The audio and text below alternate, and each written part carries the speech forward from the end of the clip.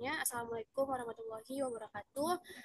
Yang kami hormati Profesor Dr. Fadli Yohana, MM, serta rekan-rekan kelas B pada hari ini. Sebelumnya izinkan kami dari kelompok 2 untuk memaparkan materi mengenai teori valuasi menggunakan DAPM dan DAPGM.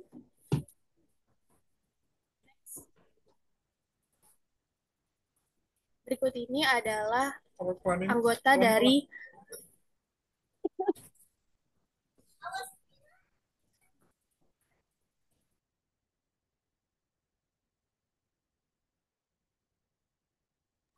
Baik, berikut ini adalah anggota dari kelompok 2 yang terdiri dari Diaratu Hapsari, Muhammad Faisal, Aditya Ratrisnawan, dan Ivano Grevis Putra Utomo. Next.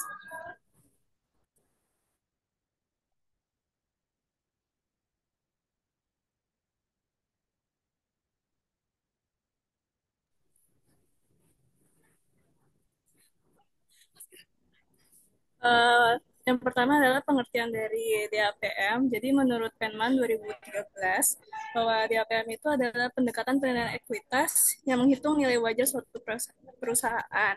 Nah, kemudian itu juga diperkuat sama pendapat dari Oslon yang mengemukakan bahwa nilai pasar ekuitas itu dapat dijadikan melalui kombinasi antara nilai buku sama laba residual yang diskontokan. Nah, secara umum, jadi pengertian DAPM ini nih metode untuk menilai suatu nilai perusahaan dengan menjumlahkan nilai buku saat ini dan abnormal profit.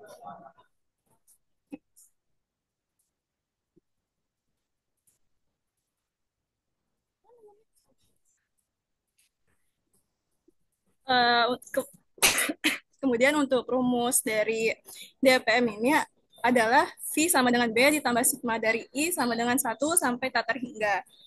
T ini adalah nilai intrinsik ekuitas perusahaan pada waktu ke T. B ini adalah book value, RIT plus I itu adalah residual income, dan R adalah cost of equity. Nah, untuk tujuannya sendiri, yang pertama itu untuk mengukur nilai perusahaan berdasarkan kinerja. Salah satu tujuan utama dari DAPM itu kan menyajikan pendekatan penilaian perusahaannya yang fokusnya itu pada performa dari ekonomi. Terus yang kedua itu mengidentifikasi dan menilai laba abnormal. Jadi rumus dari laba abnormal sendiri itu laba bersih dikurang modal ekuitas dikali biaya modal ekuitas. Nah, yang ketiga membedakan antara book value dan nilai tambah. Jadi DAPM ini menekankan gitu pentingnya antara book value yang bersifat statis dan bersumber dari data historis. Yang keempat adalah memberikan alat evaluasi saham yang lebih tepat bagi investor. Jadi penting lain dari DAPM ini menyediakan gitu kerangka kerja penilaian saham yang lebih tepat dan sesuai sama kondisi perusahaan saat ini. Selanjutnya akan dilanjutkan oleh rekan saya.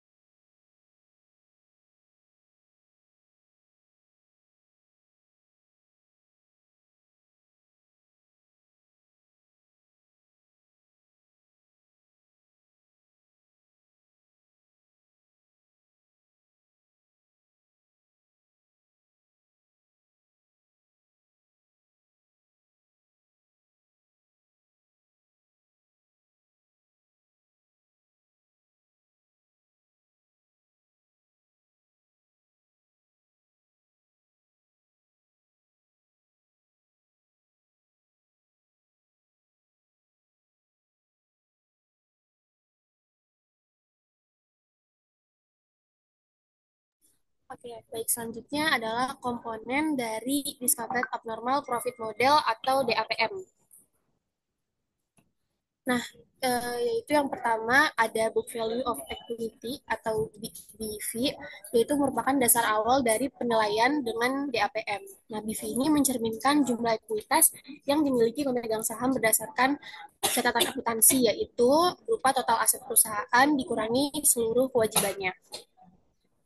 Selanjutnya ada net income atau NI, merupakan laba bersih perusahaan yang diperoleh selama satu periode tertentu. NI dihitung dari total pendapatan dikurangi seluruh biaya operasional, pajak, dan beban lainnya. Selanjutnya ada cost of equity atau R, yaitu merupakan tingkat pengembalian yang disyaratkan investor atas investasi ekuitas mereka dalam perusahaan. Nah, komponen dari cost of equity ini mencerminkan tingkat risiko yang diasosiasikan dengan perusahaan tersebut. Jadi semakin tinggi risiko bisnis atau keuangan suatu perusahaan, maka semakin tinggi juga cost of equity-nya. Selanjutnya ada residual income atau RI, yaitu sering disebut juga sebagai abnormal profit, merupakan selisih antara laba bersih perusahaan dengan laba normal, yaitu cost of equity dikalikan dengan book value. Nah, residual income ini mencerminkan laba ekonomis yang benar-benar melebihi ekspektasi dari investor.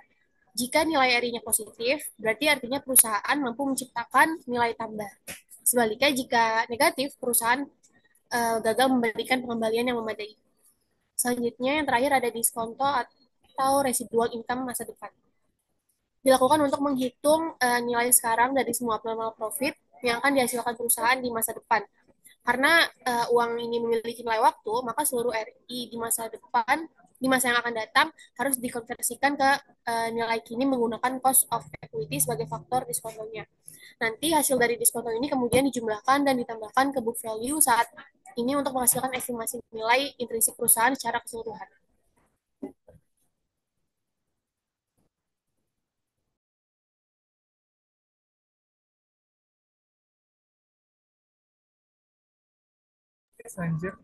Oke, baik. Selanjutnya ada kelebihan dan kekurangan discounted abnormal profit model atau DAPM, yaitu dari kelebihannya sendiri.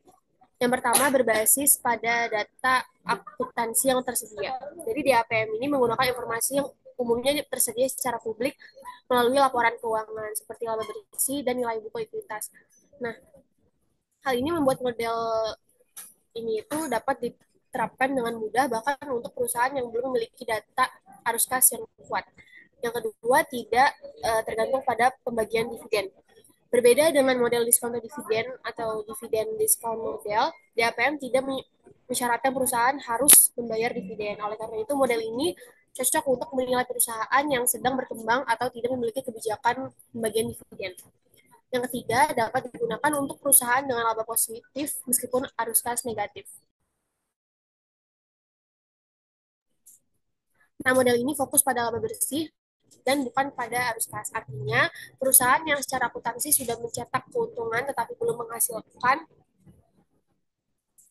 arus kas positif tetap bisa dinilai menggunakan DAPM. Yang keempat ada memisahkan nilai dasar book value dan nilai tambah atau abnormal profit.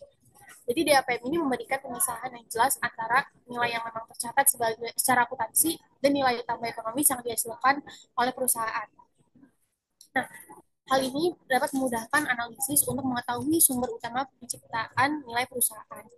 Yang terakhir, kelebihannya yaitu cocok untuk perusahaan yang stabil dan mapan. Perusahaan dengan riwayat laba stabil dan ROE tinggi di atas cost of equity akan dinilai secara lebih akurat melalui pendekatan ini dibandingkan metode arus kas diskonto atau DCF yang bisa terlalu sensitif terhadap asumsi proyeksi. Next.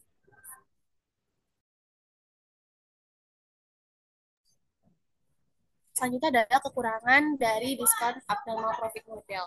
Yang pertama, sensitif terhadap estimasi laba masa depan. Karena RI dihitung dari proyeksi laba bersih, maka jika estimasi laba di masa depan tidak akurat, hasil penilaian ini dapat menyesatkan. Hal ini menjadi tantangan khususnya dalam kondisi pasar yang tidak pasti. Yang kedua, mengandalkan asumsi cost of equity yang tepat. Jadi cost of equity adalah komponen penting dalam menghitung RI dan mendiskontokan nilainya. Jika estimasi cost of equity ini terlalu tinggi ataupun terlalu rendah, maka nilai perusahaan bisa menjadi tidak realistis. Yang ketiga, kekurangannya rentan terhadap manipulasi akuntansi. Karena DAPM ini sangat bergantung pada laba bersih yang dilaporkan, maka model ini menjadi rentan terhadap distorsi akibat praktik akuntansi yang agresif atau manipulatif, seperti contohnya rekayasa laba atau earnings management. Yang keempat yaitu tidak memperhatikan arus kas aktual. Jadi model ini tidak memberikan informasi mengenai likuiditas atau kemampuan perusahaan menghasilkan uang tunai. Jadi dalam beberapa kasus perusahaan bisa menunjukkan laba tinggi secara akuntansi namun harus tes negatif secara nyata. Dan terakhir adalah asumsi residual income menurun atau stabil bisa kurang realistis. DAPM sering mengasumsikan bahwa abnormal profit akan menurun secara bertahap ke nol seiring waktu karena akibat dari persaingan pasar. Namun dalam praktiknya sendiri perusahaan tertentu mungkin memiliki keunggulan kompetitif berkelanjutan yang sulit diukur secara pasti.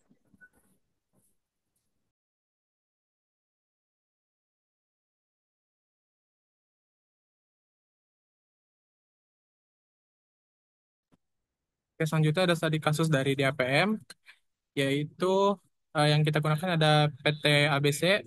Nah, PT ABC adalah perusahaan manufaktur tekstil yang telah beroperasi selama 10 tahun dan memiliki laba bersih yang stabil selama 5 tahun terakhir.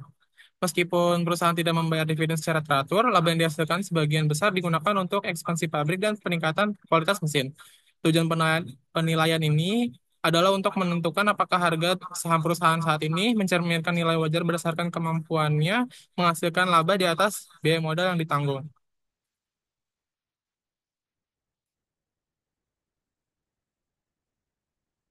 Ini ada data yang digunakan untuk melakukan penilaian.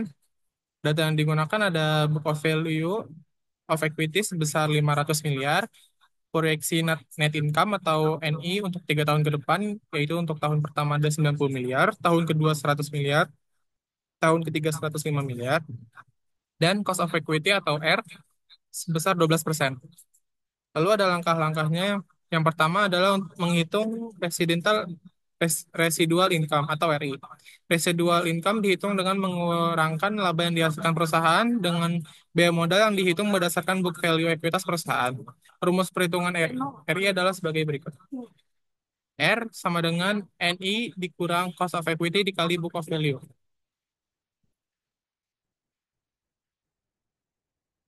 Oke, ini. Untuk tahun pertama yaitu RI1 yaitu 90 dikurangi 0,12 dikali 500 sama dengan 90 dikurang 60 sama dengan 30 miliar. Lalu untuk tahun kedua dengan asumsi nilai book of value meningkat menjadi 570 miliar karena laba ditahan. R, RI2 sama dengan 100 dikurangi 12 0,12 dikali 570 sama dengan 100 dikurangi 68,4 sama dengan 31,6 miliar.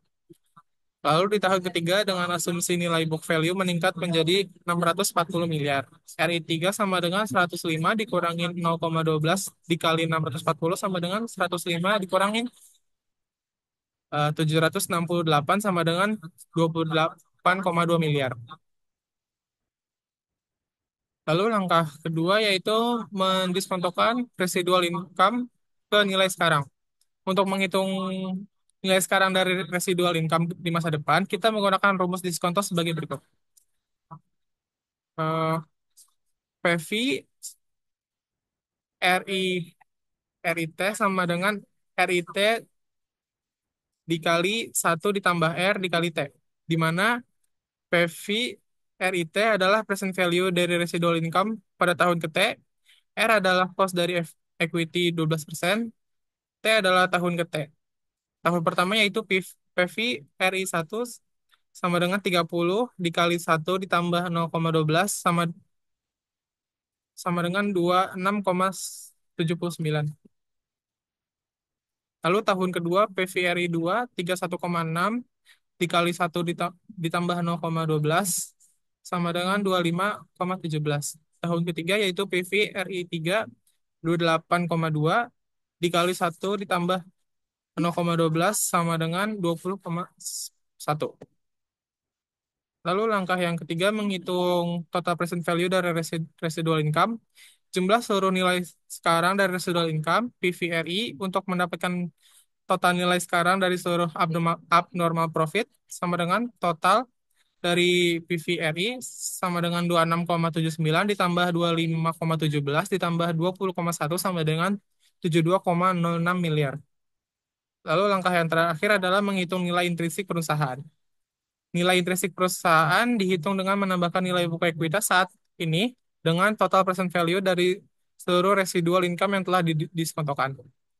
Nilai intrinsik sama dengan BV0 ditambah total PVRI sama dengan 500 ditambah 72,06 sama dengan 572,06 miliar. Hasil analisisnya berdasarkan hasil perhitungan DPAM, nilai intrinsik ekuitas PT ABC adalah sekitar 572,06 miliar. Jika harga saham perusahaan saat ini bernilai 500 miliar, ini menunjukkan bahwa harga saham PT ABC saat ini under value, yaitu lebih rendah dari nilai wajarnya. Dengan demikian, ada potensi bagi investor untuk membeli saham perusahaan dengan harga yang lebih rendah daripada nilai intrinsiknya karena perusahaan masih dapat menghasilkan nilai tambah di masa depan. Oke, untuk kesimpulannya, melalui pendekatan discounted abnormal profit model atau DAPM, kita dapat melihat bahwa PT ABC berhasil menciptakan nilai ekonomis yang positif, yaitu residual income yang lebih besar dari biaya modal ditanggung perusahaan. Hal ini menunjukkan bahwa perusahaan memiliki potensi untuk terus tumbuh dan memberikan keuntungan di atas ekspektasi investor. Oleh karena itu, berdasarkan analisis ini, harga saham PT ABC saat ini dapat dianggap under value dan perusahaan berpotensi menjadi pilihan investasi yang menarik bagi investor. Selanjutnya akan dijelaskan oleh saya.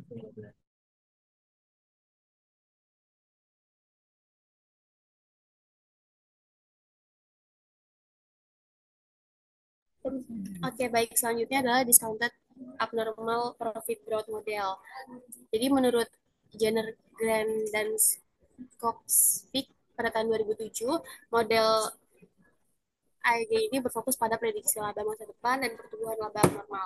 Jadi secara khusus, versi parsimonius dari model ini didasarkan pada estimasi laba per saham tahun depan dan pertumbuhan laba abnormal yang diharapkan dalam jangka pendek dan panjang. Jadi DAPGM ini merupakan salah satu model penilaian atau valuasi ekuitas yang digunakan untuk memperkirakan nilai wajar saham suatu perusahaan berdasarkan pertumbuhan laba abnormalnya atau abnormal earnings growth yang diharapkan di masa depan, yang kemudian didiskontokan ke nilai sekarang. Jadi nilai buku saat ini dan abnormal profit di masa depan yang melebihi harga harapan investor, lalu nanti dihitung berdasarkan nilai uang saat ini. Next.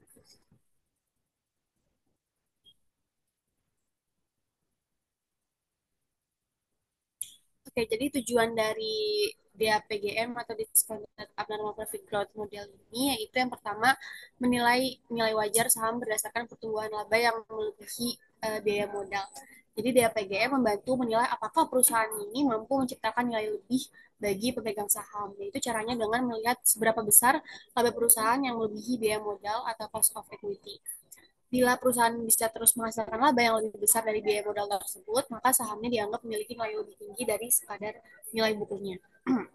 Yang kedua adalah menunjukkan kemampuan perusahaan untuk bertahan dan berkembang. Model ini juga berguna untuk mengetahui apakah perusahaan memiliki peluang untuk terus menghasilkan laba abnormal di masa depan. Yang ketiga, tidak terlalu bergantung pada data arus kas atau dividen. Berbeda dari model yang lainnya yang butuh data arus kas atau dividen, DAPGM ini lebih banyak menggunakan data laporan laba rugi dan nilai buku perusahaan. Yang keempat, sebagai alat untuk menilai kinerja dan strategi manajemen. DAPGM bisa digunakan untuk melihat apakah keputusan manajemen perusahaan benar-benar memberikan hasil yang baik bagi pemegang saham atau tidak. Jika manajemen mampu membuat perusahaan menghasilkan laba lebih banyak dari biaya modal, maka artinya mereka menjalankan strategi yang efektif dan efisien. Yang kelima adalah membantu pengambilan keputusan investasi yang lebih rasional. Jadi model ini memberikan dasar yang lebih logis dan berdasarkan data keuangan untuk mengambil keputusan investasi. Jadi investor tidak hanya menebak-nebak, tetapi bisa menggunakan informasi yang ada untuk menilai apakah sebuah saham layak dibeli atau tidak. Yang keenam, sebagai tambahan pendekatan dalam menilai saham. DAPGM bukan satu-satunya cara untuk menilai saham, tetapi bisa digunakan bersama dengan metode lain seperti discounted cash flow atau analisis rasio keuangan. Jadi dengan begitu, investor bisa melihat nilai saham dari berbagai sisi sehingga penilaian menjadi lebih lengkap dan menyeluruh. Next.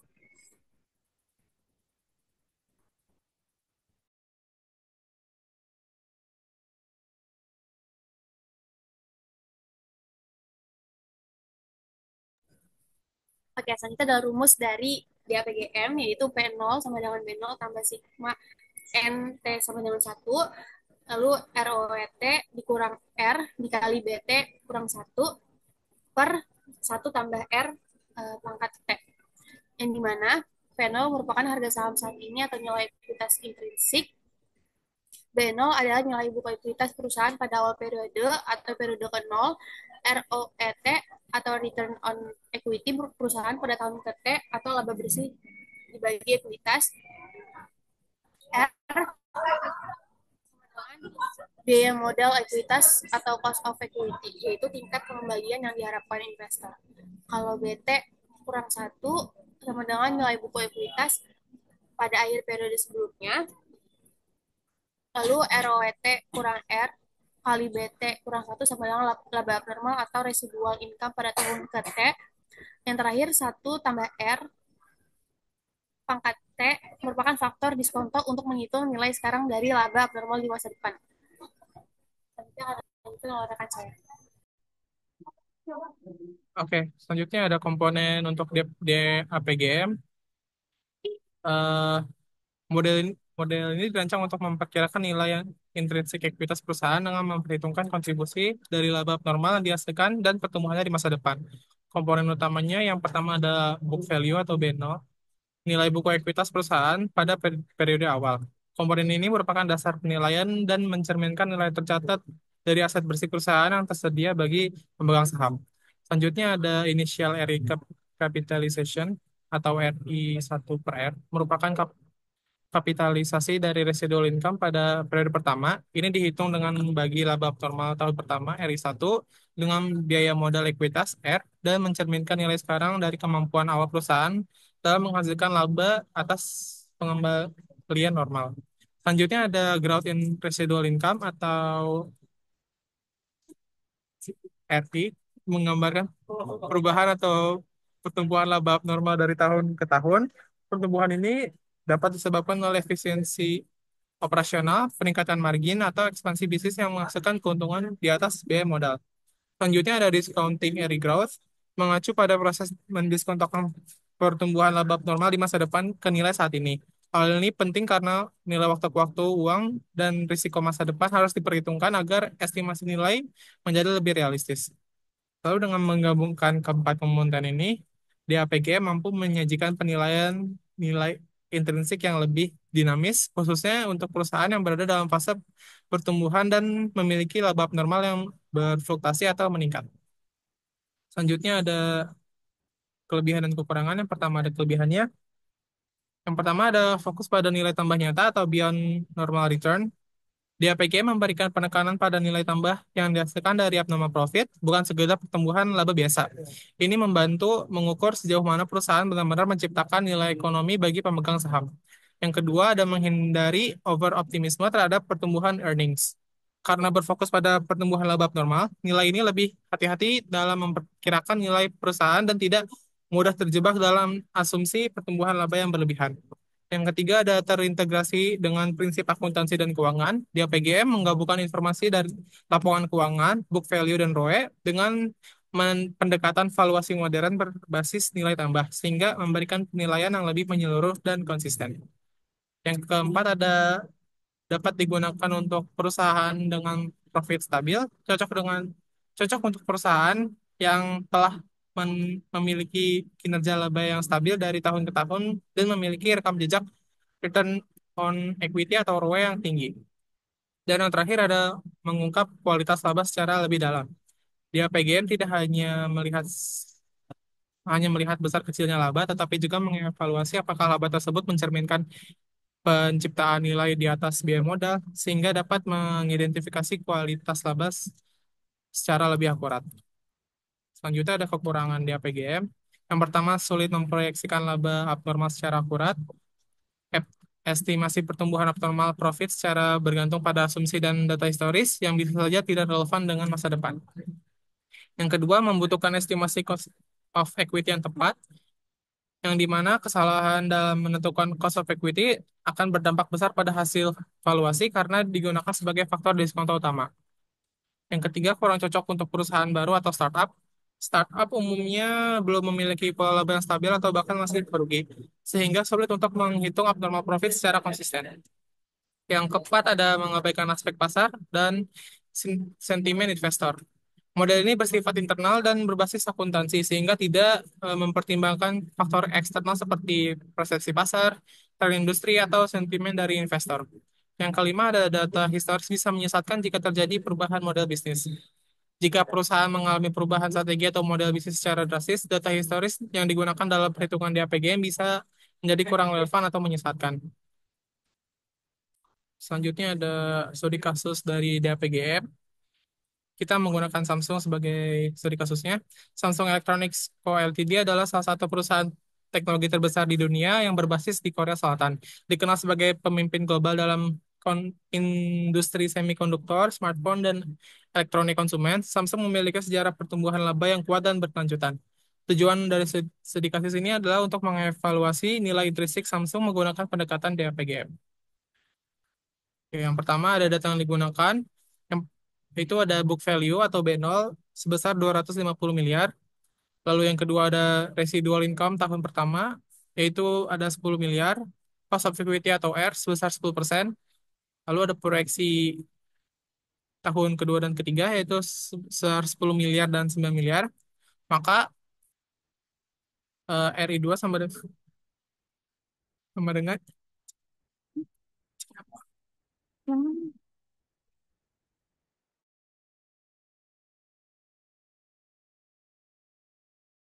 Delta, bukan Delta. delta RI2 sama dengan RI2 dikurang R1 sama dengan 0. Lalu ada delta RI3 sama dengan RI3 dikurang RI2 sama dengan -1. Lalu ada langkah perhitungannya. Yang pertama ada menghitung komponen pertama atau book value. Dan nolnya ada 250 miliar seperti yang tadi di data. Lalu komponen kedua ada capitalize RI atau RI1 per R. RI1 per R sama dengan 10 dibagi 0,1 yaitu 100. Lalu hitung komponen ketiga yaitu PV dari delta RI setelah tahun pertama. Delta RI2 sama dengan 0, PV sama dengan 0. Delta RI3 sama dengan -1, PV sama dengan -1. Dibagi 1 dikali 1 pangkat 3 sama dengan negatif 0,751. Lalu yang terakhir ada menghitung total nilai intrinsik atau V0. V0 sama dengan 250 ditambah 100 ditambah negatif 0,751 sama dengan 349,25 miliar. Hasilnya yaitu nilai intrinsik Samsung sebesar 349,25 miliar mencerminkan kombinasi dari beberapa faktor utama dalam kerangka discounted abnormal profit growth model atau DAPGM. Pertama, nilai buku perusahaan menjadi fondasi dasar penilaian, memberikan baseline nilai yang memiliki pemegang saham. Kedua, kontribusi utama berasal dari kemampuan Samsung yang menghasilkan laba abnormal atau residual income secara stabil pada tahun-tahun awal, yang menunjukkan adanya keunggulan kompetitif dan efisiensi operasional yang melebihi ekspektasi pasar terhadap imbal hasil modal. Namun, model ini juga memperhitungkan penurunan pertumbuhan laba abnormal yang terjadi sejak tahun ketiga yang secara signifikan mempengaruhi akumulasi nilai tambah di masa depan. Penurunan ini bisa mencerminkan adanya tekanan kompetitif, batasan pertumbuhan industri, atau kebutuhan investasi baru untuk mempertahankan kinerja ke depan. DPGM dalam konteks ini sangat cocok digunakan untuk menilai perusahaan seperti Samsung karena kinerja laba historis yang kuat dan menghasilkan laba abnormal di atas rata-rata dalam jangka pendek. Namun dengan ekspektasi bahwa perusahaan nilai tambah tersebut akan melambat sering waktu, hasil perhitungan menunjukkan bahwa meskipun pertumbuhan laba abnormal tidak terus meningkat, nilai ekonomis yang dihasilkan tetap besar dan mampu menjelaskan sebagian besar dari nilai intrinsik perusahaan. Dengan demikian, pendekatan ini memberikan gambaran realistis dan seimbang antara pencapaian masa lalu dan prospek masa depan Samsung. Kesimpulannya, dengan menggunakan pendekatan Discounted Abnormal Profit Growth Model atau DAPGM secara lengkap, nilai intrinsik Samsung tetap tercatat tinggi meskipun tren pertumbuhan laba abnormal perusahaan menunjukkan perlambatan. Hal ini mencerminkan kekuatan fundamental perusahaan yang masih mampu menciptakan nilai ekonomi seperti positif di atas biaya modalnya. Stabilitas nilai tersebut juga menunjukkan bahwa keunggulan kompetitif Samsung tetap terjaga, terutama dari sisi inovasi produk, skala produksi global, dan efisiensi operasional. Oleh karena itu, apabila harga saham Samsung di pasar berada di bawah estimasi nilai intrinsik yang dihitung melalui DAPGM, maka saham ini dapat dikategorikan sebagai undervalue dan layak dipertimbangkan sebagai pilihan investasi jangka panjang yang solid dan berbasis analisis fundamental yang kuat.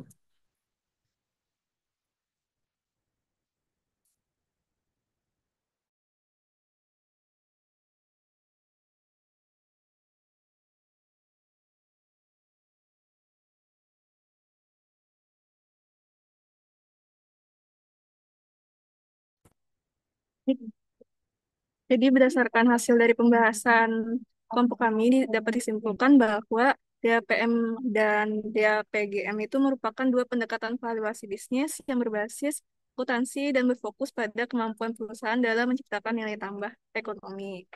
DAPM itu menilai perusahaan dari perspektif residual income dan laba abnormal yang melebihi biaya modal, sedangkan DAPGM itu mengembangkan model tersebut dengan memperhitungkan laba abnormal secara eksplisit di masa depan. Iya, Bu, ya. Oke, baik. Mungkin cukup sekian pemaparan presentasi kami. Selanjutnya kami akan membuka sesi tanya jawab. Bagi teman-teman yang ingin bertanya, boleh untuk rasain terlebih dahulu, baru nanti kami persilakan.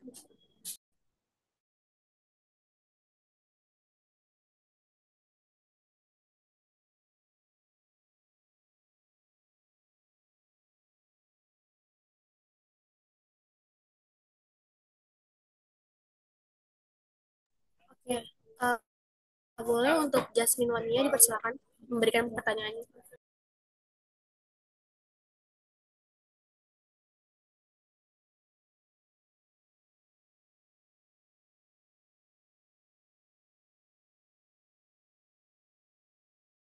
Oke, sebelumnya suara saya terdengar dengan jelas gak ya?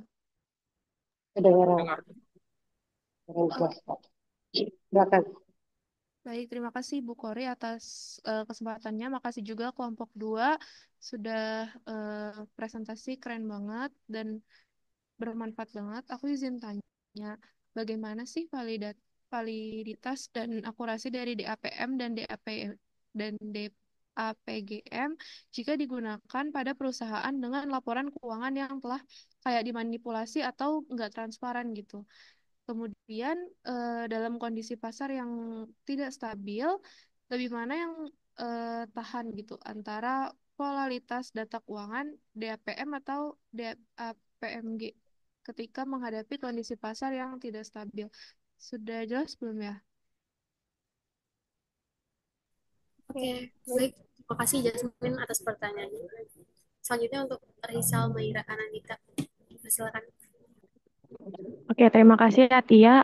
Pertanyaan aku tuh tadi kan udah membahas soal DAPM ya. Nah, DAPM ini memiliki pengaruh signifikan nggak sih terhadap peningkatan nilai valuasi dari suatu bisnis? Dan kalau iya, gimana sih peran atau fungsi administrasi ini dalam membentuk persepsi dan nilai ekonomi dari perusahaan? Gitu. Terima kasih. Oke, baik. Terima kasih atas pertanyaannya Risa. Uh, Mungkin selanjutnya kami izin untuk meminta waktu. Oke, Oh, kita kita lanjut aja menjawab pertanyaan dari berapa teman-teman yang mau semuanya. maju? Dua ya? Dua atau satu? Oke, mungkin nanti pertanyaannya akan kami jawab nanti setelah pemaparan presentasi dari kelompok 3. Terima kasih. Ya, ya.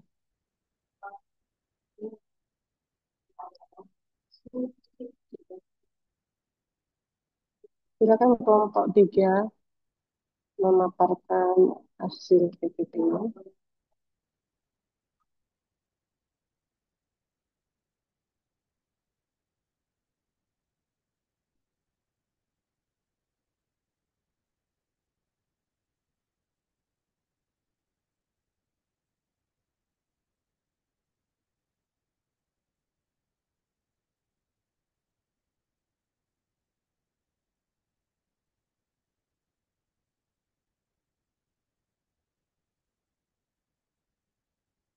Wajar. Oh, terus main aja.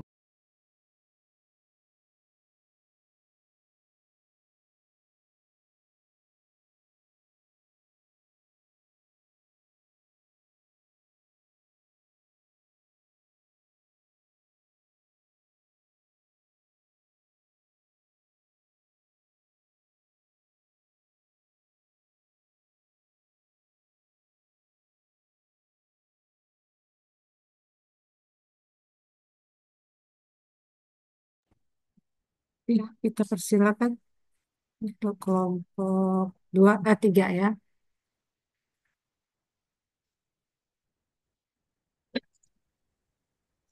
Assalamualaikum warahmatullahi wabarakatuh. Selamat pagi, Prof. Waalaikumsalam Wahid, warahmatullahi wabarakatuh. Ya. teman-teman. Kami dari kelompok 3 akan memaparkan hasil diskusi kami terkait analisis masa depan teori valuasi bisnis. Jadi next.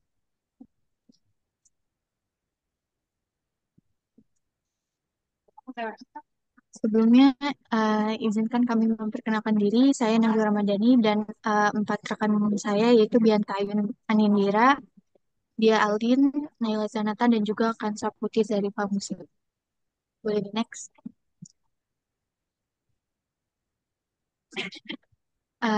Yang pertama itu ada pengertian payback period. Payback period adalah waktu yang dibutuhkan untuk mengembalikan biaya yang dikeluarkan dari sebuah investasi. Menurut Wijayanto, payback period ini adalah periode yang diperlukan untuk menutup kembali biaya biaya investasi awal. Metode ini sering digunakan untuk investasi dengan biaya yang cukup besar. Secara sederhana, payback period ini menunjukkan berapa lama waktu yang diperlukan bagi investor agar uang yang ditanamkan dapat kembali. Nah, fungsi dari payback period ini adalah untuk memberikan gambaran kepada investor tentang seberapa cepat investasi bisa menghasilkan pengembalian. Nah, dalam dunia bisnis sendiri, payback period ini membantu Ini mengidentifikasi dimatiin dulu. Iya. investasi yang Nah, ini dapat Bluetoothnya matiin dulu. Oh, memberikan pantesan tadi hasil aku stabil sehingga bisa risiko bisa. kerugian bisa diminimalkan. Nah, Oh, ini secara keluar dulu ya. keseluruhan, Iya, payback keluar dulu. period ini adalah alat yang efektif untuk mengukur stabilitas investasi dan mengurangi potensi kerugian dalam jangka waktu investasi. Nah, ini ada kelebihan dan kekurangan payback period. Kelebihannya itu yang pertama itu mudah digunakan. Payback period ini sangat mudah dipahami sehingga cocok digunakan untuk pengambilan keputusan yang cepat dalam investasi. Yang kedua itu mengukur investasi. Payback period ini memberikan gambaran yang jelas mengenai waktu yang dibutuhkan untuk mengembalikan modal yang dikeluarkan, sehingga memudahkan untuk menilai apakah suatu investasi layak atau tidak. Yang ketiga itu menyaring risiko dalam investasi. Dengan payback period, investor dapat dengan cepat menilai proyek-proyek yang memiliki payback period terlalu panjang, yang biasa dianggap berisiko karena membutuhkan waktu lama untuk mengembalikan modal. Nah, yang terakhir itu cocok untuk keputusan investasi jangka pendek. Payback period ini sangat berguna untuk proyek-proyek yang memiliki jangka waktu yang relatif singkat, di mana keputusan cepat diperlukan dan arus kas cepat bisa dihitung. Nah, kekurangannya yang pertama itu bisa mengabaikan nilai waktu uang. Metode payback period ini tidak mempertimbangkan nilai waktu uang di mana semua arus kas dianggap bernilai sama tanpa memperhitungkan bahwa uang yang diterima sekarang lebih bernilai daripada uang yang diterima di masa depan. Kedua itu tidak memperhitungkan arus kas setelah periode pengambilan. Payback period hanya menghitung waktu yang dibutuhkan untuk mengembalikan investasi awal, tapi tidak memperhitungkan potensi arus kas yang dihasilkan setelah periode pengembalian. Nah, ini berarti payback period tidak memberikan gambaran lengkap tentang keuntungan jangka panjang suatu proyek. Selanjutnya itu mengabaikan manfaat yang didapat dari sebuah proyek. Payback period hanya mengukur waktu untuk pengembalian modal dan tidak memberikan informasi mengenai keuntungan yang akan dihasilkan setelah periode pengembalian modal tersebut. Nah, yang terakhir, tidak cocok untuk membandingkan skala proyek. Payback period kurang efektif ketika digunakan untuk membandingkan proyek dengan skala yang sangat berbeda. Misalnya, proyek kecil mungkin memiliki payback periodnya lebih cepat, tapi um, memberikan keuntungan nominal yang lebih kecil dibandingkan dengan proyek yang lebih besar. Boleh di next. Nah, Ini ada cara kerja di PB period. Cara kerja dari PB period ini adalah mengukur berapa lama waktu yang diperlukan untuk mengembalikan biaya modal awal menggunakan arus kas yang dihasilkan oleh proyek. Setiap tahun, arus kas yang diterima akan dihitung untuk menentukan waktu yang dibutuhkan untuk menutup investasi awal. Nah, PB period ini memiliki tiga kategori perhitungan. Yang pertama itu jika nilai PB periodnya kurang dari 3 tahun, maka pengembalian modal awalnya dikategorikan tepat. Jika nilai PB periodnya di antara 3 sampai 5 tahun, itu masuk ke dalam kategori sedang. Nah, kalau lebih dari 5 tahun, pengembalian modalnya dikategorikan sebagai lambat. Nah, dengan tiga kategori ini kita bisa nilai seberapa cepat investasi mengembalikan modal awalnya. Sebuah investasi dianggap layak jika payback periodnya lebih pendek atau masuk dalam kategori cepat. Sebaliknya, payback-nya panjang, maka investasinya bisa dianggap tidak layak. Boleh di next.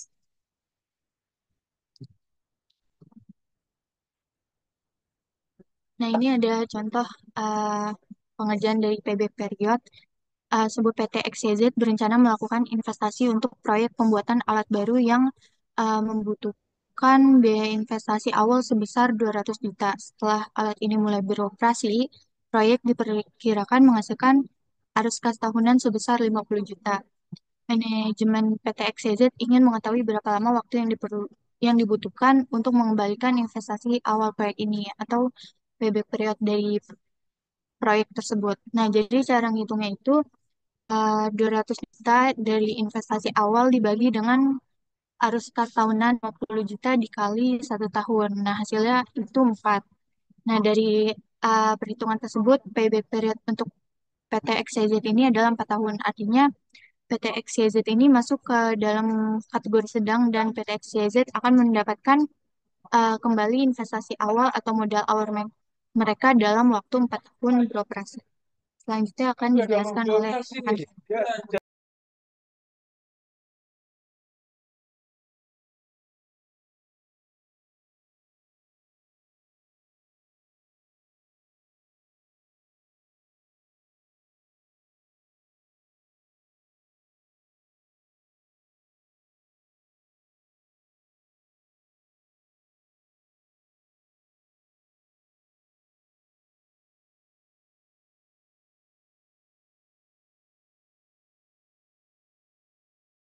Oke, yang selanjutnya adalah net present value. Nah, jadi net present value ini merupakan jumlah dari seluruh prediksi arus kas masa depan untuk mengetahui nilai di masa sekarang.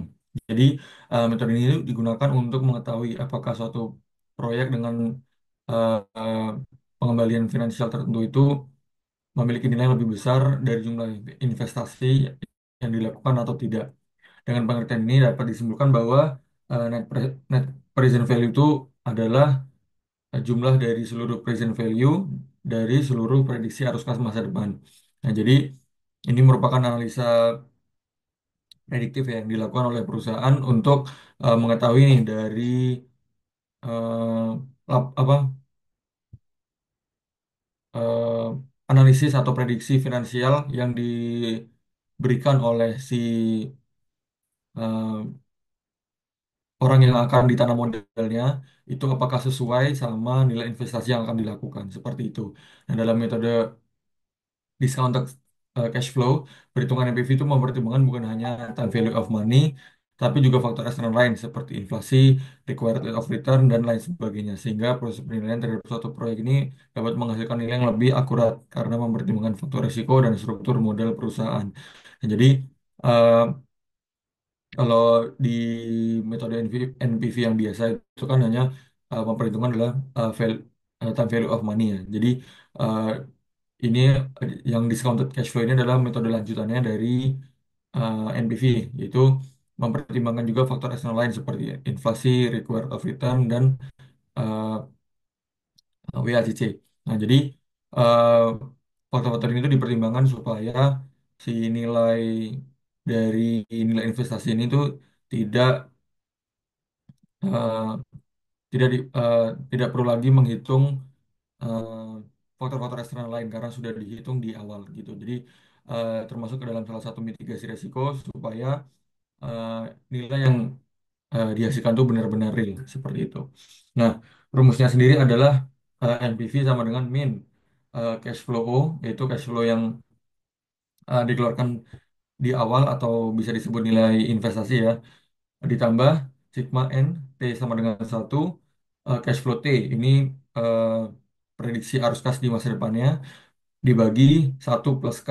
K ini kalau dalam NPV biasa ini bisa diartikan sebagai diskonto, atau kalau dalam metode discounted cash flow ini bisa merupakan weighted average cost of capital gitu. Jadi setiap struktur model perusahaan ini dihitung masing-masing.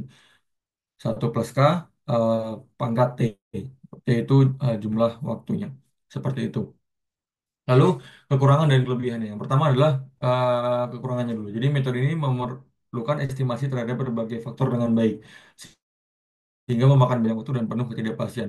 Seperti yang saya sampaikan tadi ya, bahwa eh, dari prediksi laporan finansial ini memang bersifat asumsi ya. Jadi si perusahaan ini harus menilai betul bagaimana orang yang akan ditanam model ini memberikan laporan prediksi yang sesuai atau tidak. Selain itu, mereka juga harus menghitung nilai diskonto ataupun WACC ataupun nilai inflasi dan required rate of return itu dengan baik, karena apabila terlalu kecil ataupun terlalu besar itu akan mempengaruhi nilai dari NPV-nya. Seperti itu. Lalu yang kedua adalah metode ini dapat memunculkan bias pada pemegang kepentingan akibat asumsi penilaian yang berlebihan terhadap salah satu faktor atau keseluruhan faktor. Nah, jadi apabila dari orang yang menganalisa NPV ini memiliki ketertarikan terhadap suatu proyek, nah itu maka akan ada risiko terjadinya bias, sehingga hal ini tuh bisa dimitigasi dengan eh, SOP yang baik pada saat penghitungan NPV seperti itu. Yang ketiga adalah faktor pertimbangan metode ini terbatas hanya pada saat waktu perhitungan, sehingga menghilangkan kemungkinan untuk perbaikan di masa berjalan dan munculnya informasi atau ketidakakuratan perhitungan. Jadi kalau NPV ini kan dihitung hanya pada saat jangka waktu tertentu ya. Jadi pada saat orang yang akan ditanam model ini memberikan semua data yang diperlukan, eh, eh, ya hanya pada saat itu aja. Jadi tidak menutup kemungkinan bahwa nanti di masa yang akan datang akan ada masalah-masalah lanjutannya, seperti nanti kemungkinan ada masalah pajak yang belum dibayarkan, ataupun hutang, ataupun aset yang sengketa dan lain sebagainya seperti itu. Lalu kelebihannya adalah ya, dengan memperhatikan berbagai faktor, penanam model dapat memperhitungkan dengan akurat nilai investasi yang akan dilakukan. Nah, jadi eh, seperti yang sudah saya sampaikan ya, bahwa eh, dari estimasi nilai NPV ini, si penanam model ini bisa mengira-ngira kira-kira berapa nilai investasi yang sesuai, yang bisa memberikan keuntungan yang diinginkan oleh si penanam modal seperti itu. Yang kedua adalah mengurangi risiko kegagalan terhadap sebuah investasi. Hal ini terjadi akibat segala bentuk konsekuensi yang mempengaruhi baik secara langsung maupun tidak langsung dapat dipertimbangkan. Nah, jadi eh, dari investasi ini kan pasti ada risiko kegagalannya selalu ya. Jadi hal ini tuh bisa mengurangi risiko kegagalannya karena memang sudah semuanya diperhitungkan, sehingga perusahaan ini bisa menilai dengan objektif seperti itu apa mitigasi masalah-masalah yang akan datang seperti itu. Lalu yang ketiga adalah alat perbandingan yang efektif. Hal ini terjadi akibat perhitungan yang disesuaikan dengan nilai mata uang sekarang, sehingga proyek dengan berbagai jangka waktu dan tahapan arus kas dapat dibandingkan dengan seimbang. Nah, jadi biasanya kalau satu perusahaan ini venture capital biasanya itu menerima banyak eh, pengajuan investasi ya. Jadi mereka bisa membandingkan tuh dari proyek-proyek tersebut itu mana proyek yang paling menguntungkan, mana proyek yang paling memberikan eh, manfaat yang paling besar untuk si venture capital ini seperti itu. Lalu ini adalah contoh penggunaan net present value. Misalkan perusahaan X ini berencana melakukan investasi pada proyek Y dengan perhitungan prediksi arus kas masa depan itu sebagai berikut. Nah, jadi si perusahaan X ini eh, akan menginvestasikan Rp500. Nah, pada tahun pertama keuntungan yang didapatkan itu adalah Rp150. pada tahun kedua 200 rupiah, eh, tahun ketiga itu 250 rupiah, dan seterusnya. Lalu eh, si perusahaan X ini ingin menghitung nilai NPV untuk jangka waktu investasi 5 tahun dengan diskonto yang sudah mereka perhitungkan adalah 10%. Maka perhitungan proyek NPV-nya itu adalah sebagai berikut nih. Jadi eh, pada tahun pertama eh, eh, arus kas masa depannya adalah 150 rupiah. Lalu setelah dikurangi oleh faktor diskonto, nilainya menjadi 136,36. Pada tahun kedua, eh, 200 rupiah setelah dikurangi oleh faktor diskonto menjadi 165,29 rupiah dan seterusnya. Jadi eh, total NPV yang dihasilkan dari proyek tersebut adalah 411,71. Nah, jadi bisa disimpulkan nih bahwa si perusahaan ini tuh si proyek ini itu tidak menguntungkan karena total NPV-nya itu di bawah dari nilai investasinya seperti itu. Oke, next bisa dilanjutkan oleh rekan saya. Selanjutnya yaitu internal rate of return. IRR adalah tingkat diskonto di mana nilai net present value di suatu proyek menjadi nol. Dengan kata lain, IRR adalah titik impas di mana total arus kas masuk dari investasi sebanding dengan total arus kas keluar setelah memperhitungkan nilai waktu dari uang atau time value of money. IRR juga sering disebut sebagai tingkat pengembalian internal karena mencerminkan seberapa besar tingkat keuntungan proyek tersebut secara mandiri tanpa perlu membandingkannya langsung dengan alternatif lain. Cara kerja IRR digunakan secara luas dalam pengembalian keputusan investasi, khususnya untuk membandingkan berbagai proyek investasi dengan prinsip jika IRR lebih besar dari cost of capital atau tingkat pengembalian minimum yang diharapkan, maka proyek tersebut layak dijalankan karena menghasilkan pengembalian yang lebih tinggi dibandingkan dengan biaya modal. Jika IRR lebih kecil dari cost of capital, maka proyek dianggap tidak layak karena tidak memberikan imbal hasil yang cukup. Terus ada contohnya, misalnya sebuah proyek punya IRR sebesar 3%. Artinya proyek ini hanya bisa memberi keuntungan 3% per tahun dari uang yang kita investasikan. Jika dibandingkan dengan suku bunga bank atau biaya modal kita yang 5%, kalau kita simpan uangnya di bank saja, kita dapat 5% tanpa risiko yang tinggi. Nah, karena 3% dari proyek lebih rendah dari 5% di bank, secara finansial kita lebih untung simpan uang di bank dibandingkan menjalankan proyek tersebut. Ini karena kita akan kehilangan potensi keuntungan sebesar 2% tiap tahunnya kalau tetap memaksakan investasi di proyek itu. Itulah kenapa kalau IRR lebih kecil dari biaya modal atau suku bunga bank, maka proyek dinilai tidak layak dijalankan secara finansial. Selanjutnya yaitu ada metode perhitungan IRR, tidak seperti seperti tidak seperti NPV yang memiliki rumus pasti. IRR dihitung dengan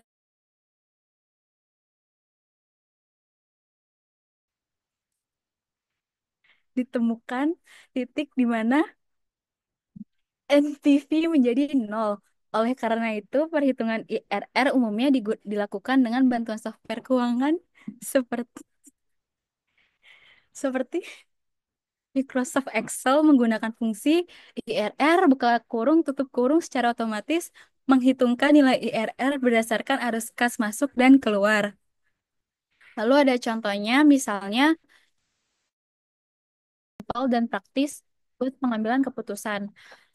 Lalu ada kekurangan dari IRR. Yang pertama yaitu IRR itu nggak ngasih tahu berapa besar keuntungan uangnya, hanya ngasih persentasenya aja. Jadi kurang pas kalau kita ingin tahu untungnya itu berapa juta misalnya. Terus yang kedua, kalau arus kas proyek yang nggak stabil, misalnya minus positif minus, itu bisa muncul lebih dari satu IRR dan itu bisa bikin bingung. Yang ketiga, IRR nggak nunjukin skala proyek. Kadang proyek dengan IRR kecil bisa jadi kasih keuntungan lebih besar daripada proyek IRR tinggi tapi modalnya kecil. Selanjutnya itu ada catatan, walaupun IRR banyak dipakai karena praktis dan cepat, para ahli tetap lebih menyarankan pakai NPV kalau ingin tahu nilai keuntungan sebenarnya dalam satuan uang. Tapi IRR juga berguna kalau kita mau bandingin banyak proyek secara cepat dan praktis. Selanjutnya akan dijelaskan dengan teman saya.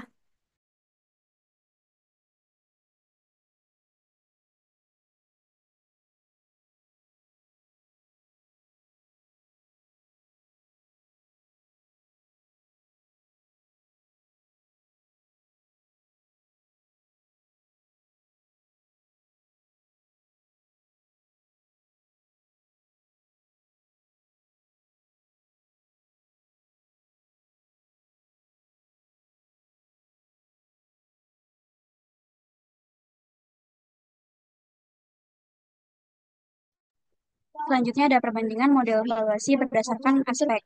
Menurut aspek time value of money, PP itu tidak memperhitungkan nilai waktu uang dan menganggap semua arus kas memiliki nilai yang sama tanpa mempertimbangkan bahwa uang yang diterima sekarang itu lebih berharga daripada yang diterima di masa depan. Untuk NPV, dia itu memperhitungkan nilai waktu uang dengan mendiskontokan arus kas masa depan ke nilai sekarang. Dengan cara ini, NPV itu memberikan gambaran yang lebih.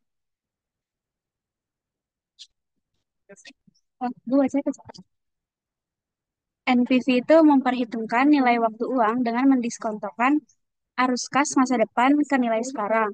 Dengan cara ini, NPV itu memberikan gambaran yang lebih akurat mengenai nilai real proyek. Untuk IRR itu memperhitungkan nilai waktu uang dengan mengukur tingkat pengembalian yang mendiskontokan arus kas masa depan hingga nilai sekarang.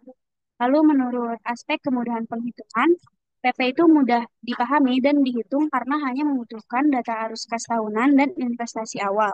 Metode ini juga sangat sederhana dan langsung memberikan informasi tentang seberapa cepat modal dapat kembali. Untuk NPV itu lebih kompleks karena membutuhkan perhitungan diskonto untuk semua arus kas masa depan dengan tingkat diskonto yang relevan. Proses ini tuh biasanya memerlukan bantuan perangkat lunak atau kalkulator keuangan. Sedangkan untuk IRR juga membutuhkan proses penghitungan yang cukup kompleks. IRR itu dihitung dengan mencoba berbagai tingkat diskonto hingga menemukan angka yang membuat NPV sama dengan nol. Biasanya menggunakan perangkat lunak juga seperti Microsoft Excel yang digunakan untuk menghitung IRR secara otomatis. Lalu menurut aspek keakuratan finansial, PP itu kurang akurat karena hanya mengukur berapa cepat modal dapat kembali tanpa memberikan gambaran mengenai profitabilitas jangka panjang proyek tersebut. Metode ini juga tidak memperhitungkan arus kas setelah periode payback tercapai. Untuk NPV, dia itu sangat akurat karena memperhitungkan semua arus kas yang diharapkan dan mendiskontokannya untuk menghitung nilai sekarang. NPV juga memberikan gambaran yang lebih lengkap mengenai kelayakan investasi jangka panjang. Untuk IRR itu memberikan gambaran yang cukup akurat juga tentang tingkat pengembalian investasi. Namun IRR kurang akurat dalam menggambarkan nilai finansial nominal proyek. Selain itu, IRR juga bisa menjadi membingungkan apabila proyek memiliki arus kas yang tidak konvensional. Lalu menurut aspek kesesuaian untuk perbandingan proyek, PP itu tidak cocok untuk membandingkan proyek yang memiliki ukuran dan jangka waktu yang berbeda. PP hanya mengukur seberapa cepat modal dapat kembali tanpa memperhitungkan nilai finansial keseluruhan proyek. Untuk NPV, dia sangat cocok untuk perbandingan antar proyek karena NPV ini menghitung nilai sekarang dari semua arus kas yang diharapkan, sehingga memungkinkan perbandingan antara proyek yang berbeda durasi dan ukuran. Untuk IRR dapat digunakan untuk perbandingan antar proyek karena memberikan angka tingkat pengembalian yang mudah dipahami. Namun, IRR ini tidak memperhitungkan perbedaan skala proyek yang bisa membuat proyek dengan IRR tinggi tapi berukuran kecil terlihat lebih menarik meskipun hasil nominalnya lebih kecil dibandingkan proyek yang lebih besar. Lalu, menurut aspek sensitivitas terhadap asumsi, PP itu sensitif terhadap perubahan arus kas tahunan, tetapi tidak memperhitungkan perubahan dalam tingkat diskonto atau faktor eksternal lainnya yang bisa mempengaruhi hasil perhitungan. Untuk NPV, dia juga sangat sensitif terhadap tingkat diskonto dan perubahan dalam arus kas masa depan. Estimasi tingkat diskonto yang tidak tepat ini juga dapat sangat mempengaruhi hasil perhitungan NPV. Lalu IRR ini sangat sensitif juga terhadap asumsi arus kas, terutama pada proyek dengan arus kas yang tidak konvensional. Arus kas yang tidak teratur ini bisa menghasilkan lebih dari satu IRR yang bisa membingungkan dalam pengambilan keputusan. Boleh di next.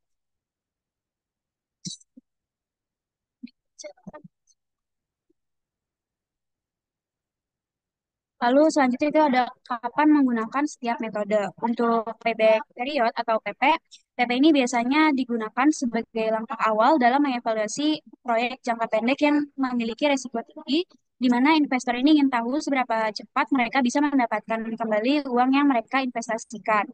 Metode ini tuh sangat berguna saat perusahaan ingin mengevaluasi proyek dengan cepat seperti pembelian peralatan atau teknologi baru. Dengan metode PP, kita bisa melihat berapa lama waktu yang dibutuhkan untuk mengembalikan modal yang telah dikeluarkan atau teknologi baru yang membutuhkan evaluasi dalam waktu singkat. Lalu yang kedua yaitu net present value atau NPV. NPV ini dapat menjadi metode utama dalam menilai proyek yang paling tepat untuk proyek jangka panjang atau proyek besar yang memiliki arus kas yang rumit. Jika sebuah proyek itu membutuhkan investasi besar dan berlangsung dalam waktu lama, metode NPV ini akan memberikan gambaran yang lebih akurat mengenai seberapa menguntungkannya proyek tersebut. Contohnya yaitu seperti proyek infrastruktur atau pabrik yang membutuhkan banyak uang dan keuntungannya itu baru bisa terlihat dalam jangka panjang sehingga lebih baik dianalisis dengan NPV. Yang ketiga yaitu ada internal rate of return atau IRR. IRR ini biasanya digunakan untuk membandingkan beberapa proyek yang memiliki tingkat pengembalian yang berbeda. IRR memberitahu kita seberapa besar pengembalian yang dihasilkan oleh suatu proyek. Biasanya IRR ini digunakan untuk mengetahui seberapa besar tingkat pengembalian investasi tanpa terlalu memperhatikan biaya modal yang digunakan. Namun, IRR juga lebih baik digunakan bersamaan dengan metode NPV karena hanya memberikan satu angka dan tidak memperhitungkan faktor lainnya yang dapat mempengaruhi nilai finansial proyek secara keseluruhan. Dengan menggunakan metode NPV dan IRR, perusahaan ini dapat membuat keputusan investasi yang lebih matang dan bisa mempertimbangkan baik profitabilitas jangka panjang maupun tingkat pengembalian yang diharapkan dari proyek tersebut. Selanjutnya akan dijelaskan oleh rekan saya. Terima kasih. Oke, selanjutnya kita masuk ke study case. Kita mengambil implementasi sistem absensi RFID di PT Kartika Utama Semarang. Jadi di era digital ini kan perusahaan berlomba-lomba untuk meningkatkan efisiensi dan akurasi operasional. Namun ada salah satu area yang masih menjadi sumber inefisiensi, biasanya itu sistem pencatatan kehadiran karyawan. Nah, PT Kartika Utama Semarang ini masih menggunakan metode absensi manual seperti mesin ceklok atau tanda tangan. Metode ini terbukti rentan terhadap kesalahan pencatatan, titik absen, dan memakan waktu yang besar untuk proses rekapitulasi data oleh bagian administrasi dan HR. Nah, eh, keterlambatan dan dalam pengolahan data absensi ini juga berdampak langsung pada keterlambatan proses penggajian serta penurunan kredibilitas sistem pengelolaan SDM secara keseluruhan. Selain itu, ini juga menjadi apa namanya? Jadi kalau misalkan kurangnya dari transparansi juga dapat memunculkan ketidakpuasan dari sisi karyawan yang berdampak pada produktivitas kerja mereka. Nah, maka dari itu PT Kartika Utama berniat untuk mengadopsi teknologi RFID atau Radio Frequency Identification sebagai solusi sistem absensi yang lebih efektif. Nah, investasi ini diharapkan mampu memberikan manfaat jangka panjang baik secara finansial maupun dari segi operasional perusahaan. Boleh next. Nah, selanjutnya kita masuk ke bagian investasi awal dan manfaat. Jadi, biaya investasi itu ada dua komponen. Yang pertama ada hardware. Nah, hardware ini mencakup dari pembelian RFID reader, kartu RFID untuk karyawan, dan server pendukung sistem. Nah, ini tuh biayanya bisa sampai 150 juta. Lalu masuk ke software. Software ini mencakup pengembangan sistem informasi absensi serta integrasi ke sistem payroll. Nah, ini biayanya 100 juta rupiah. Untuk total investasinya ada di 250 juta. Lalu masuk ke biaya manfaat tahunan. Biaya manfaat tahunan ini manfaat finansial yang dapat diperoleh setiap tahunnya. Itu ada meliputi yang pertama ada efisiensi waktu dan tenaga bagian HR dan administrasi karena tidak perlu input manual absensi. Itu biayanya perkiraan ada 75 juta rupiah. Lalu otomatisasi rekap data kehadiran dan ini mempersingkat waktu pengolahan laporan dan penggajian. Itu biayanya bisa 50 juta rupiah. Jadi ini ada total manfaat tahunannya 125 juta rupiah. Jadi dengan proyeksi manfaat ini perusahaan dapat memulihkan investasi dalam waktu relatif singkat. Boleh di next. Selanjutnya kita masuk ke pembahasan analisis kelayakan investasi yang mencakup payback period, net present value, sama internal rate of return. Yang pertama ada payback period dengan rumus yang tadi sudah dijelaskan, mendapatkan hasil 2 tahun. Jadi hasil ini menunjukkan bahwa hasil investasi yang dilakukan oleh PT Kartika Utama, mereka dapat kembali investasinya itu dalam waktu 2 tahun dan ini termasuk ke golongan cepat untuk proyek teknologi informasi. Jadi dengan kata lain, PT Kartika Utama dapat menikmati keuntungan bersih dari sistem ini setelah 2 tahun. Lalu yang kedua ada net present value dengan asumsi diskontonya 10%, lalu masa manfaatnya 5 tahun dan arus kas masuknya 125 juta per tahun, maka akan diperoleh NPV-nya perkiraan 29 juta rupiah. Nah, NPV yang positif ini menunjukkan bahwa nilai sekarang dari manfaat proyek yang telah dilewati lebih besar dari total investasi yang dikeluarkan. Jadi ini berarti proyek telah memberikan nilai tambah bagi perusahaan dan meningkatkan kekayaan pemilik modal secara teoritis. Lalu yang kedua ada internal rate of return. IRR ini, dari proyek ini dapat diperkirakan mencapai 12,5% lebih tinggi dari tingkat bunga bank. Kalau misalnya di bunga banknya tuh 5%, jadi artinya tuh dari perspektif investor, proyek ini lebih menguntungkan daripada menyimpan dana di bank atau digunakan untuk investasi konservatif lainnya. Jadi salah satu kegunaan IRR juga sebagai indikator bahwa proyek ini memiliki daya tarik keuangan yang kuat. Jadi next.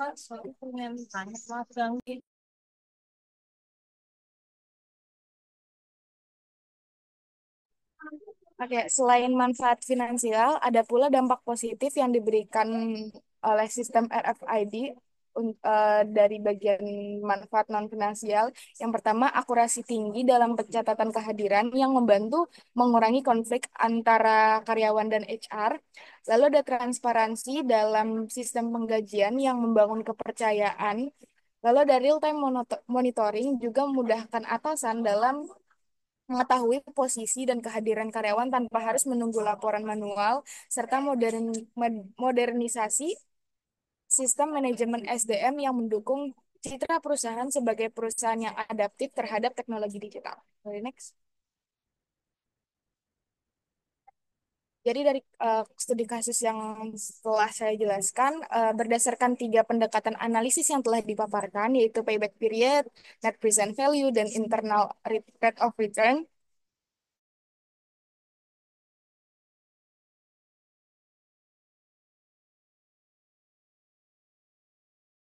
manfaat dalam bentuk biaya dan waktu, tetapi juga membangun proses internal HR yang lebih akurat dan digital.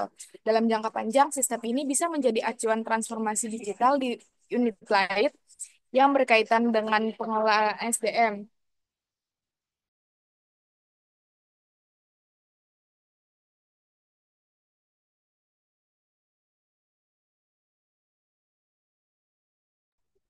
Proyek ini dapat menjadi model awal penerapan teknologi digital untuk mendukung produktivitas perusahaan.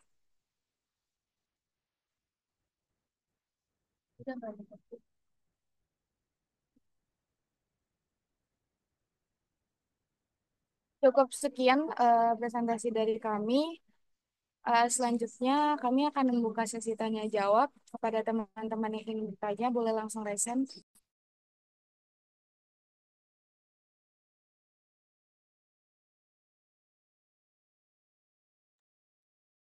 Boleh, Muhammad Faisal.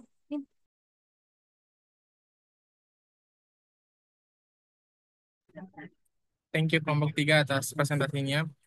Tadi kan udah bahas yang NPV, PP sama GRR.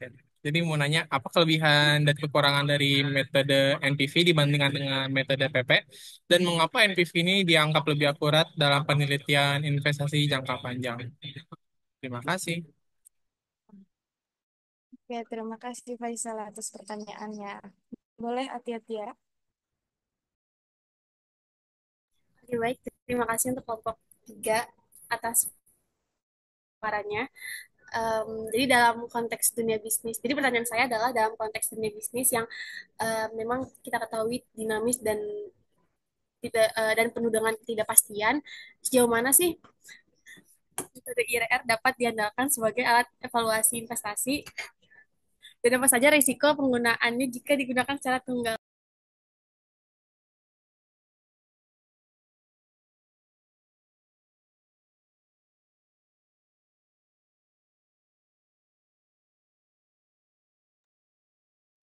Oke, terima kasih ya Tia pertanyaannya. Mungkin kami izin untuk berdiskusi dulu dengan teman-teman kelompok. untuk menjawab pertanyaan dari rekan-rekan. Setuju yang menyatakan bahwa Ya, pengaruhnya makasih buat kelompok 3 ya, udah maju. selanjutnya Kami untuk persilakan untuk kelompok 2 menjawab pertanyaan dari ini kelompok tadi ya. untuk Silakan.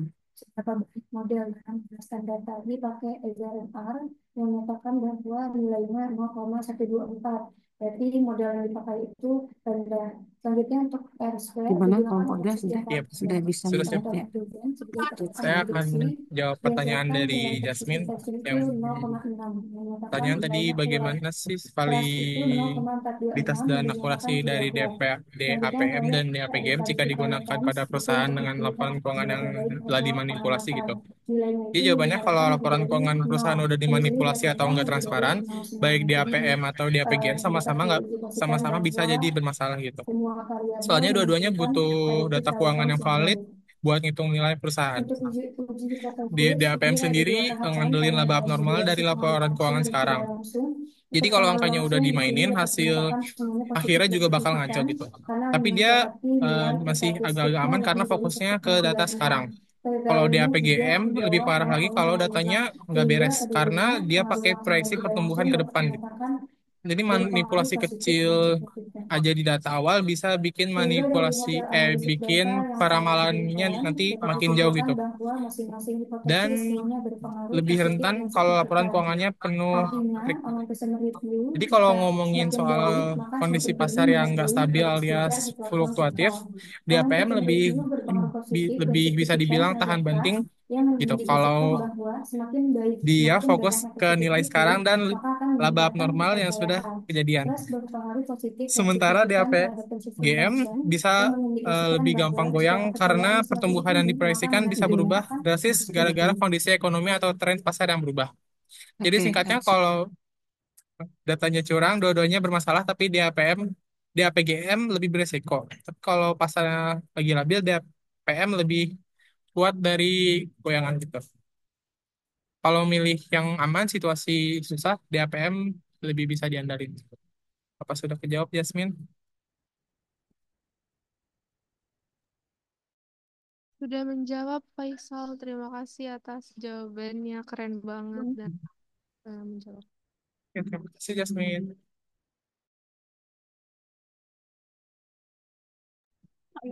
Selanjutnya, selanjutnya saya akan menjawab pertanyaan dari Reza Maika. Tadi pertanyaan itu kayak bagaimana peran fungsi administrasi dalam membentuk persepsi dan nilai ekonomi di dalam perusahaan. Jadi administrasi perkantoran yang modern itu kan memiliki pengaruh yang signifikan ya terhadap valuasi bisnis, terutama dalam aspek intangible asset gitu kayak reputasi organisasinya, efisiensi operasionalnya, sama depan dari digitalnya. Nah, valuasi bisnis itu kan tidak hanya memperhitungkan dari aset fisik gitu, tapi juga menggunakan sistem dan proses manajemen internal yang andal kayak administrasi yang modern, meliputi kayak pengolahan dokumen digital, komunikasi lintas departemen, penyajian data yang akurat, dan sistem informasinya itu bisa meningkatkan gitu kepercayaan investor, terus bisa mempercepat pengambilan keputusan, serta dapat menurunkan risiko operasional. Nah, semua faktor ini bisa tercermin dalam valuasi perusahaan baik dari sisi DAPM dan DAPGM. Apa sudah terjawab, Raisa? Sudah, Ratu. Terima kasih. Oke, terima kasih.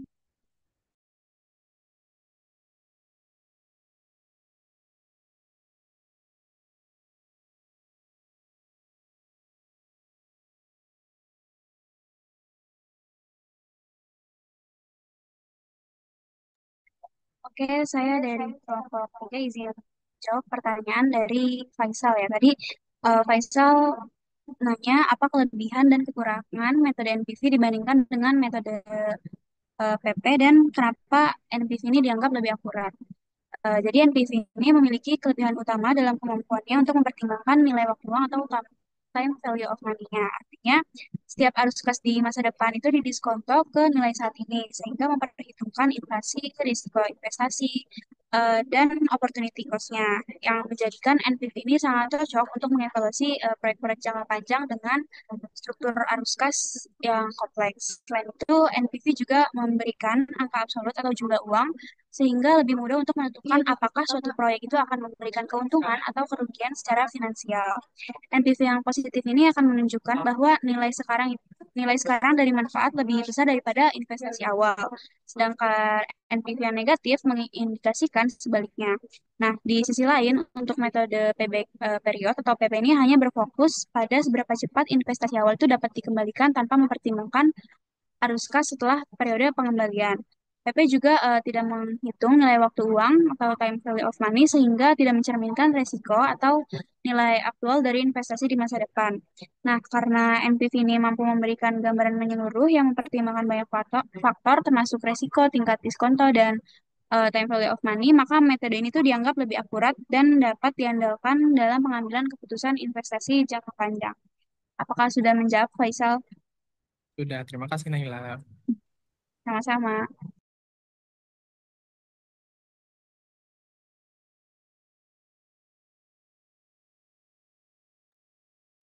Selanjutnya izin. Jadi metode IRR ini digunakan untuk menilai kelayakan investasi karena menunjukkan tingkat pengembalian proyek dalam bentuk persentase.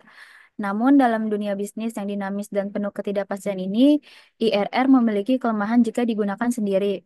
IRR dapat menyesatkan jika arus kas proyek ini tidak konvensional, menghasilkan lebih dari satu nilai, serta mengabaikan skala proyek.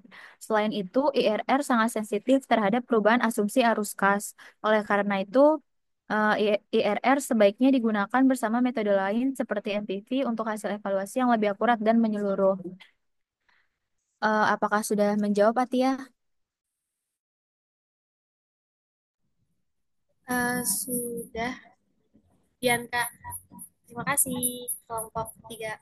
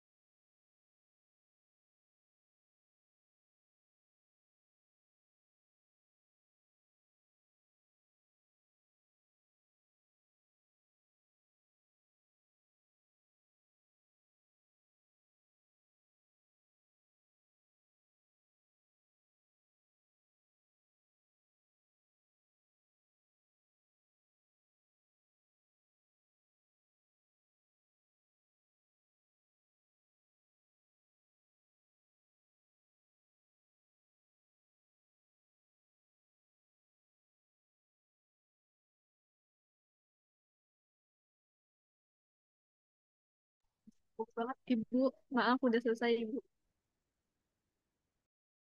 Silakan, gimana? Udah selesai Gimana? presentasi. Ah, maaf dia. Sebentar ya. Dilanjut aja dulu. Sebentar. Baik, dia terima kasih. Ini Ibu sambil mendua ya. Jadi nggak bisa full dari kemarin kalau ada kegiatan ini kita terganggu ya. Ibu lagi uji skripsi, mohon maaf nanti semuanya Ibu sudah minta di pertanyaannya direkam ya, ditulis sehingga kita bisa eh, sebagai masukan buat kelompok 2 dan kelompok 3. Kita tutup ya, boleh? Boleh dia dan teman-teman. Boleh, Bu. Baik, terima kasih buat kelompok 2 dan 3 yang telah presentasi bagus sekali ya, terutama yang kelompok 3. Saya masih sangat paham istilahnya ya, karena itu kan manajemen keuangan. Tapi begitu kelompok 2 ini apa ya, ini apa ya? Baik ya, terima kasih kami ucapkan kepada kelompok penyaji dan juga yang bertanya. Semoga yang mendengar juga mendapat ilmu dari kegiatan kita hari ini. Baik ya, mohon maaf lahir batin. Wassalamualaikum warahmatullahi wabarakatuh. Cindef. Salam WPK. Ya, Kasih Makasih, Bu. Prof. ya, makasih. Ya.